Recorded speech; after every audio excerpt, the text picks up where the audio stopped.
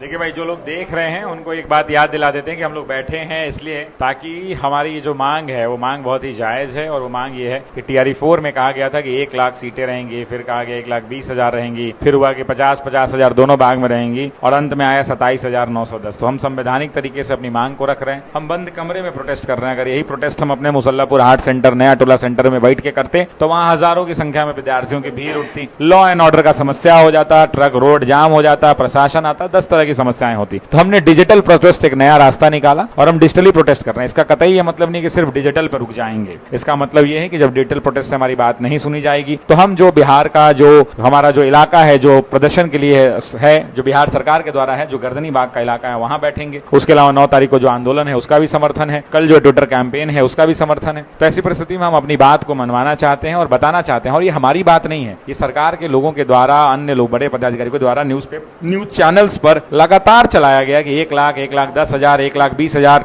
माननीय मुख्यमंत्री जी का फोटो लगा के पोस्टर जारी कर दिया गया कि TRE-4 में वैकेंसी आएगी 1 लाख, और तमाम तरह के ऐसे कई वादे किए गए। सितंबर में परीक्षा होगी, अगस्त में परीक्षा होगी, हमें कोई परेशानी नहीं है। आप दिसंबर में परीक्षा ले रहे हैं, लेकिन भैया सीट काहे घटा रहे हैं आप? 27,910 पद आप दिए हैं। कुछ दिन पहले समाचार पत्र में छपा एक बड़ा ही प्रतिष्ठित समाचार पत्र, उसने कहा कि 25,000 तो खाली PGT TGT में सीट खाली है। तो ऐसी परिस्थिति के अंदर में पुनः विचार होना चाहिए। हमारा मानना है कि कहीं ये मिस्टेक तो नहीं है, इसको रिव्यू करना चाहिए और रिव्यू करके इसको फिर से पूरी सीटों पर जारी करनी चाहिए। अब आप कहेंगे कि डिजिटल प्रोटेस्ट से क्या होगा, सड़कों पर उतरिए। तो सड़कों पर उतरने की एक प्रक्रिया है, उस प्रक्रिया का भी हम पालन करेंगे और अब बहुत जल्द आपको हम सड़कों पर भी दिखेंगे। उसका एक तरीका है, हम शिक्षक हैं, हम कोई नियम कानून तोड़कर सड़कों पर नहीं उतर सकते हैं। हमें बाकायदा मजिस्ट्रेट से, हमारे बाकायदा पटना के प्रशासन से परमिशन लेना होगा। परमिशन लेकर हम धरना करेंगे। हम ऐसा तो नहीं, अगर हम बिना परमिशन के बैठने लगेंगे तो लोग यही कहेंगे कि ये शिक्षक हैं, ये छात्रों को क्या सिखाएंगे। तो हम संवैधानिक दायरे में रहकर कानूनों का पालन कर प्रदर्शन करेंगे। तो उसके लिए जो प्रक्रिया है उस प्रक्रिया का हम पालन करेंगे।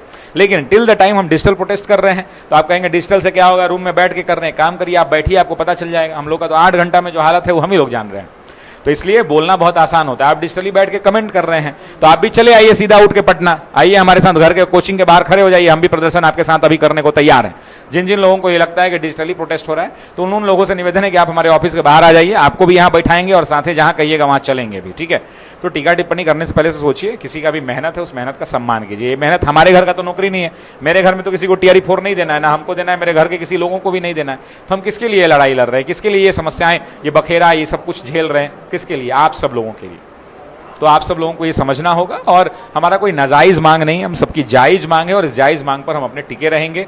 हम पीछे नहीं हटेंगे, हम टिके रहेंगे। इस बात को ध्यान रखिएगा।